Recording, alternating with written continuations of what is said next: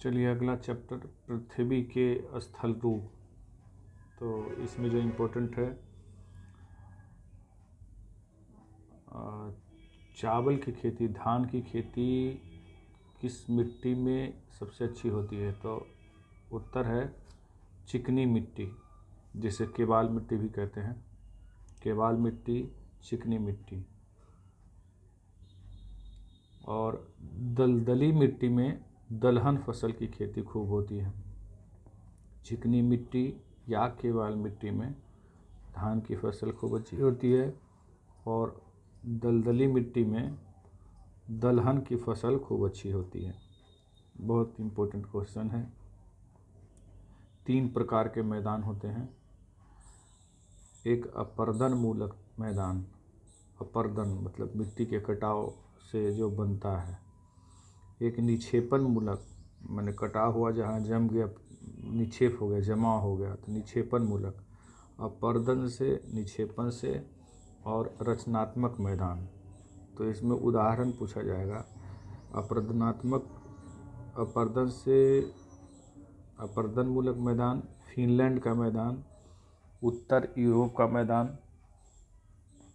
Finland, उत्तर Europe और Canada के पूर्वी तट के मैदान, ये अपर्दन मूलक मैदान है।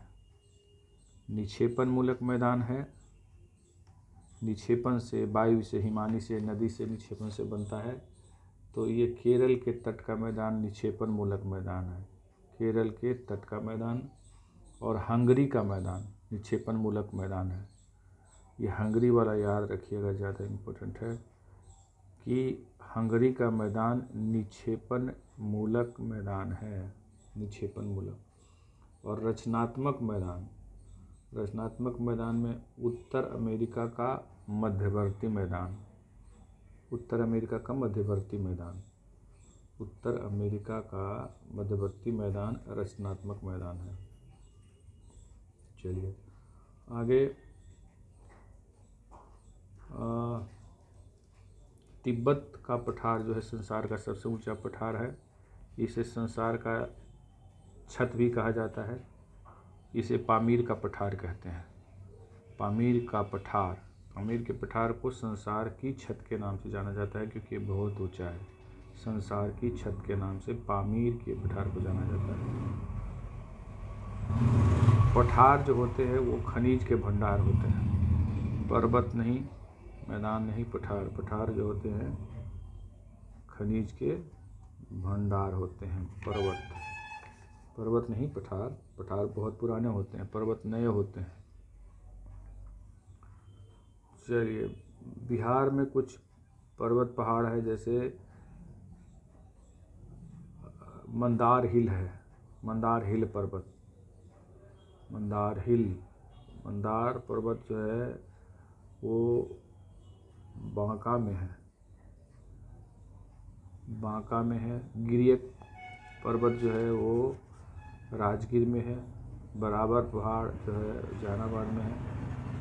हवेली खड़गपुर में है, हवेली पर्वत। मंदार वाला इम्पोर्टेंट है। सीढ़ीदार खेती, सीढ़ीदार खेती कहाँ की जाती है? सीढ़ी बना करके, तो पहाड़ी क्षेत्रों में, पर्वतों क्षेत्रों में सीढ़ीदार खेती की जाती है। पर्वत 4 प्रकार के होते हैं: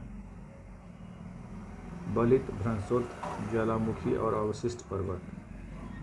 बलित पर्वत भारत का हिमालय बलित पर्वत है और विश्व में दक्षिण अमेरिका का एंडीज और उत्तर अमेरिका का रॉकी पर्वत भी बलित है। रॉकी पर्वत कहाँ है? उत्तरी अमेरिका महादेश में, याद रखिएगा।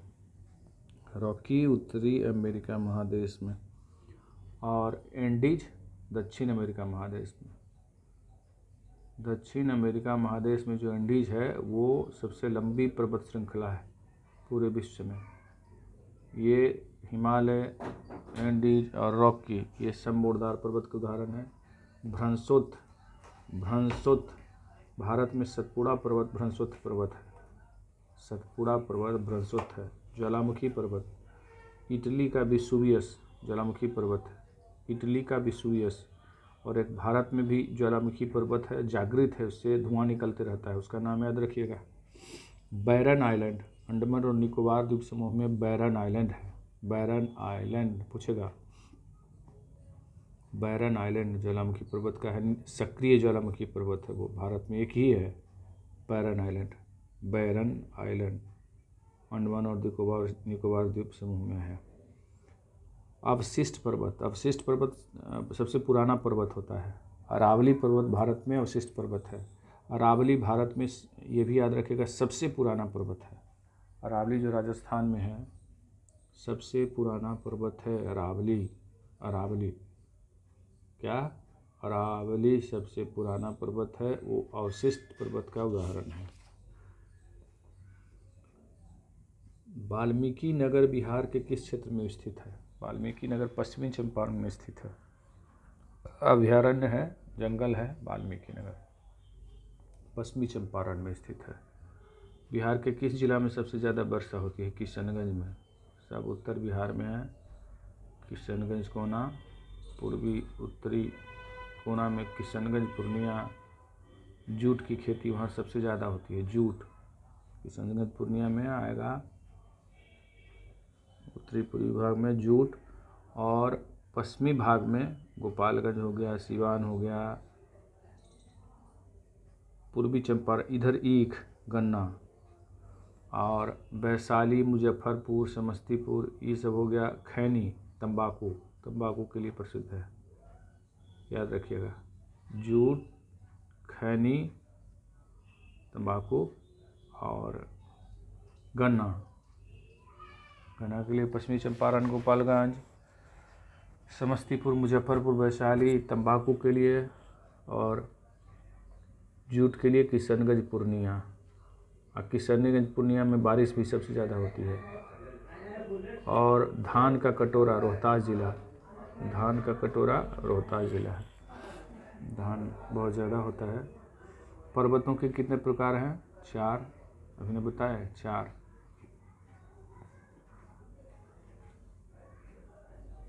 पामीर का छत, पामीर को संसार का छत कहा जाता है।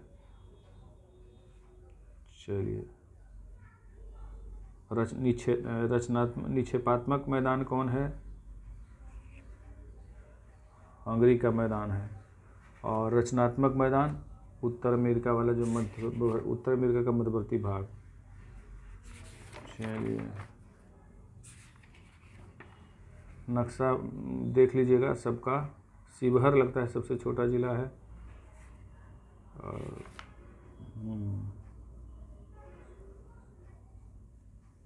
उत्तर तथा पूरब के बीच कौन सी दिशा होगी? उत्तर और पूरब के बीच कौन सी दिशा होगी? उत्तर पूर्व होगी। के बीच की दिशा उत्तर पूर्व कहलाएगी। चलिए, महादेश कितने हैं? 7। महासागर कितने हैं? 4। महादेश कितना? 7। महासागर कितना? 4।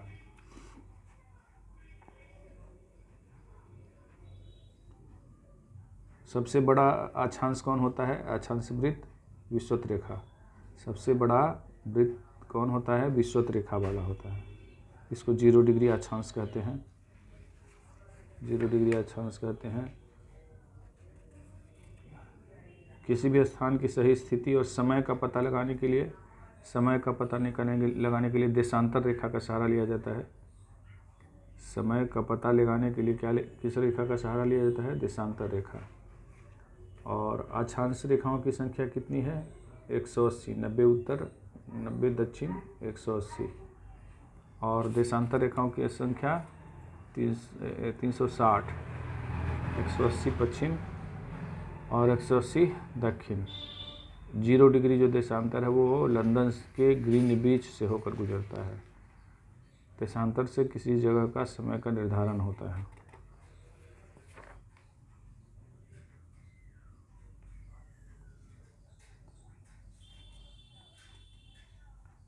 एक डिग्री देशांतर को पृथ्वी को घूमने में कितना समय लगता है?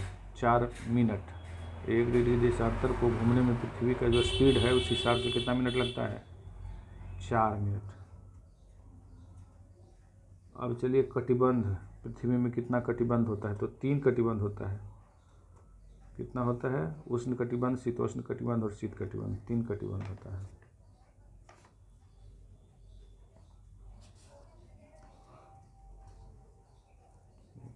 अंतर्राष्ट्रीय तिथि रेखा, अंतर्राष्ट्रीय तिथि रेखा ध्यान दीजिएगा 180 डिग्री देशांतर को अंतर्राष्ट्रीय तिथि रेखा कहते हैं।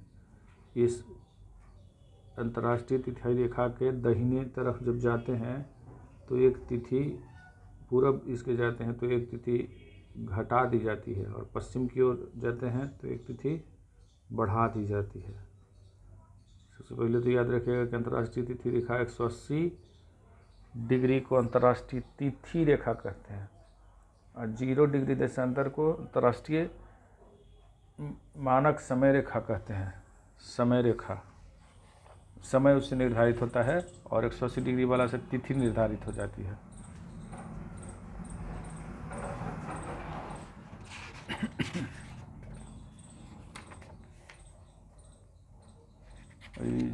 चलिए स्केल में, तो स्केल क्या है? मानचित्र या नक्शा पर दो स्थान या बिंदुओं के बीच की दूरी और धरातल पर उनकी वास्तविक बीच की दूरी को के अनुपात को मापक कहा जाता है। मापक क्या है, स्केल क्या है? तो बड़ा दूरी को दिखलाने के लिए छोटा स्केल यूज करते हैं। जैसे मान लिया कि यहाँ से दिल्ली की दूरी को दिखलाने के लिए है तो छोटा स्केल। आज छोटा जगह के लिए दूरी तय करने के लिए, जैसे मान लिया खाली विद्यालय का नक्शा बनाना है तो बड़ा स्केल यूज करेंगे, बड़ा मापक वाला स्केल। इसका उल्टा होगा तो याद रखिएगा कि स्केल वाला पूछे, छोटा दूरी वाला बोले तो बड़ा स्केल, और बड़ा वाला तो छोटा वाला छोटा स्केल। जैसे है कि ज़मीन के बड़े भाग को कागज़ पर दिखाने के लिए प्रयोग करते हैं छोटे मापक का स्केल, बड़े मापक का, दोनों मापक का, उपयुक्त सभी। तो बड़ा भाग कह रहा है कागज़ पर दिखाने तो छोटे मापक का प्रयोग करेंगे। आज छोटे भाग को दिखलाने के लिए बड़े मापक का प्रयोग करेंगे। उल्टा होगा, यही समझ लीजिएगा।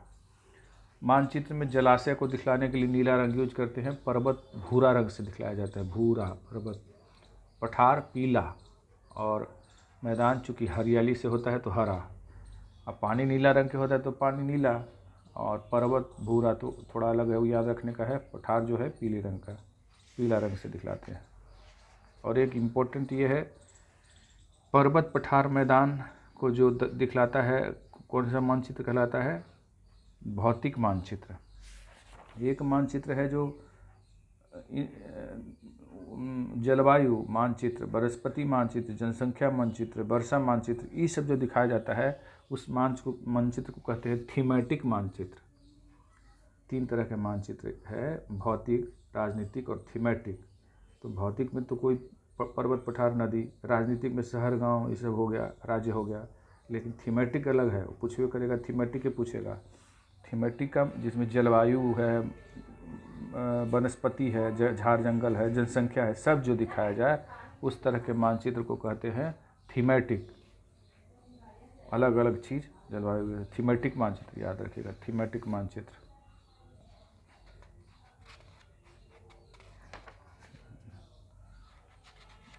अच्छा, बिहार जो है, बिहार पूरब से पश्चिम 483 किलोमीटर है। पूरब से पश्चिम 483, 483 पूरब से पश्चिम, और उत्तर से दक्षिण है 345, उत्तर से दक्षिण 345 किलोमीटर। दोनों नहीं याद हो तो कोनो एक को याद रखिए, 345 किलोमीटर। और ये सब तो जान ही रहे हैं। बिहार के उत्तर में नेपाल, पूरब में पश्चिम बंगाल, दक्षिण में झारखंड और पश्चिम में उत्तर प्रदेश। 9 प्रमंडल है, 38 को जिला है, और 534 को प्रखंड है। 534, 534। अच्छा, गर्मी में जो धूल भरी आंधी चलती है बिहार में उसको क्या कहते हैं? लू कहते हैं उसको। और गंगा बिहार को 2 भागों में बांटती हैं, उत्तर बिहार और दक्षिण बिहार। उत्तर बिहार की नदी जैसे गंडक, बागमती, कमला, बकैया, गरहिया, महानंदा, कोसी, सब उत्तर बिहार की नदी हो गया।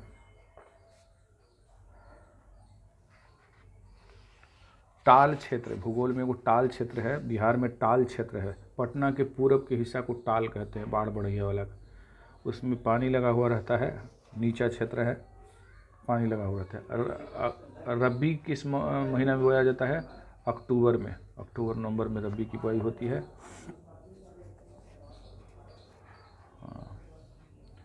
चलिए, वैशाली, समस्तीपुर, मुजफ्फरपुर में तंबाकू खूब होता है। छपरा, सिवान, गोपालगंज में गन्ना होता है। अभी इसके पहले भी चर्चा कर रहे थे। इधर आपको पूर्णिया, किशनगंज, अररिया, कटिहार में जूट होता है, याद रखिएगा ये दोनों के लिए, तीनों चीज़ के लिए। बिहार में जंगल है 6.4% पर। जंगल कितना पॉइंट पर है? 6.4। और भारत में जंगल है लगभग 22% भूमि पर जंगल है, 22%। और बिहार 6.4%। और जनसंख्या जो बिहार का है वो तीसरा नंबर पर है। पहले उत्तर प्रदेश है, दूसरा महाराष्ट्र है, तीसरा है लगता है ये है बिहार। और जनसंख्या घनत्व में पहला नंबर पर है, 1106 व्यक्ति प्रति वर्ग किलोमीटर है बिहार का जनसंख्या घनत्व, लेकिन कुल जनसंख्या में तीसरा नंबर है।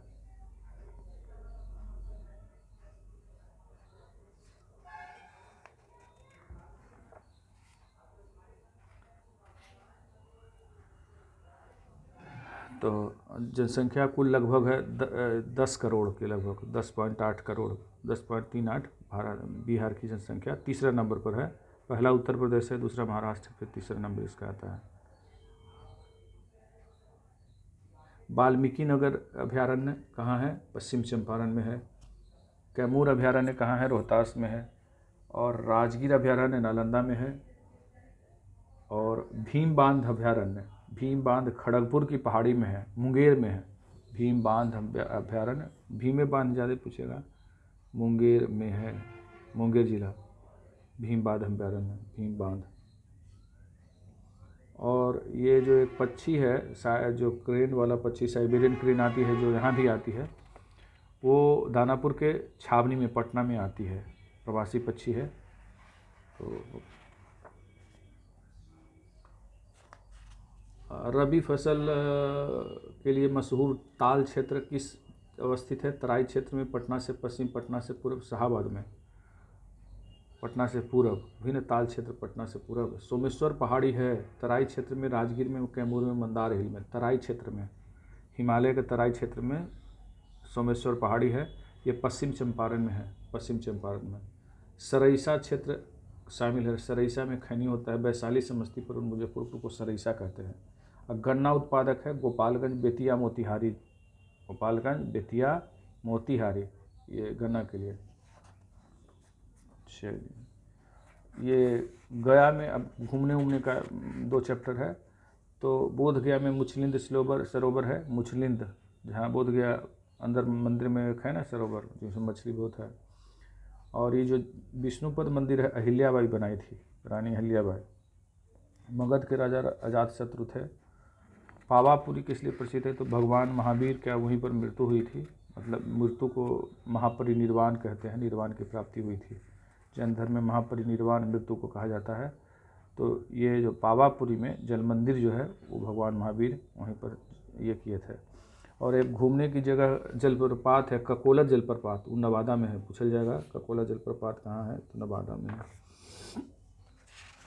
जरासंध का अखाड़ा कहाँ है? राजगीर में है।